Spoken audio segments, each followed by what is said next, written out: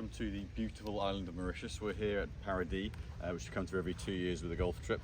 And one of the things that often comes up is using which wedge for which shot, particularly with the different grasses that we see.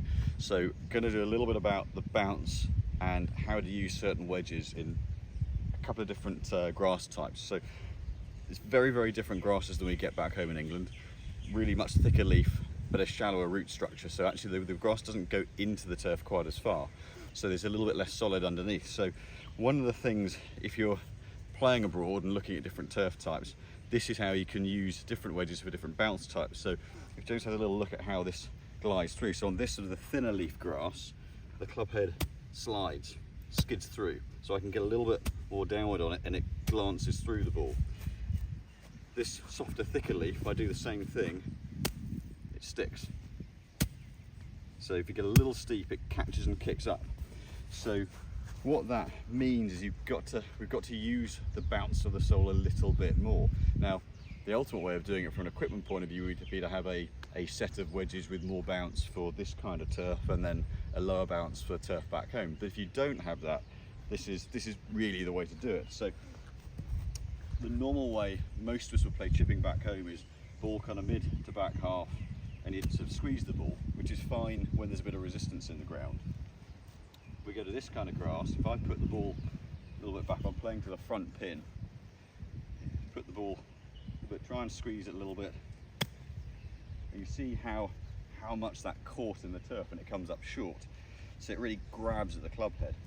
So what we can do, so that's playing with my 60 degree.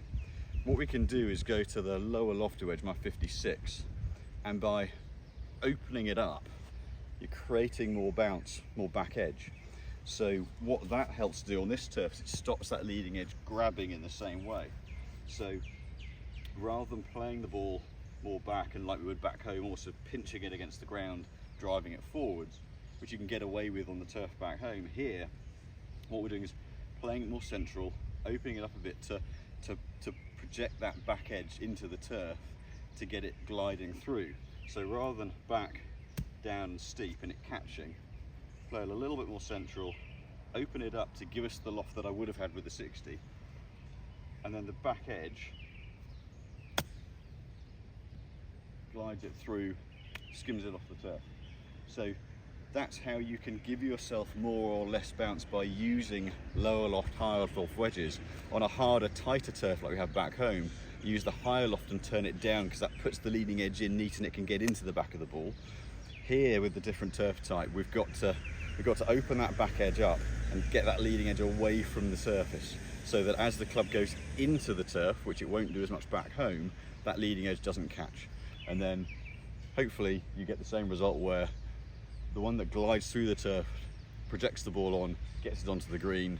You play it like we did with back home, leading edge catches, comes up short. So hope that helps, and we'll try and come up with some more tips from this beautiful island of Mauritius.